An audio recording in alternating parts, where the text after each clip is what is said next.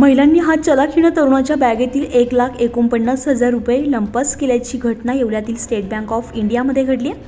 शेतीच्या कामासाठी हा तरुण पैसे काढण्यासाठी state bank of India Shani पटांगण परिसर येवला येथे आला होता। या तरुणावर पाळत ठेवत या दोन महिलांनी बँकेतच ही चोरी केल्यानं सर्वत्र खळबळ उडाली आहे। हा सर्व प्रकार सीसीटीव्हीत कैद झालाय। तालुक्यातील धुळगाव येथील तरुण शुभम दत्तात्रय बोडके हा state bank of India Yeola शाखेत पैसे काढण्यासाठी आला होता।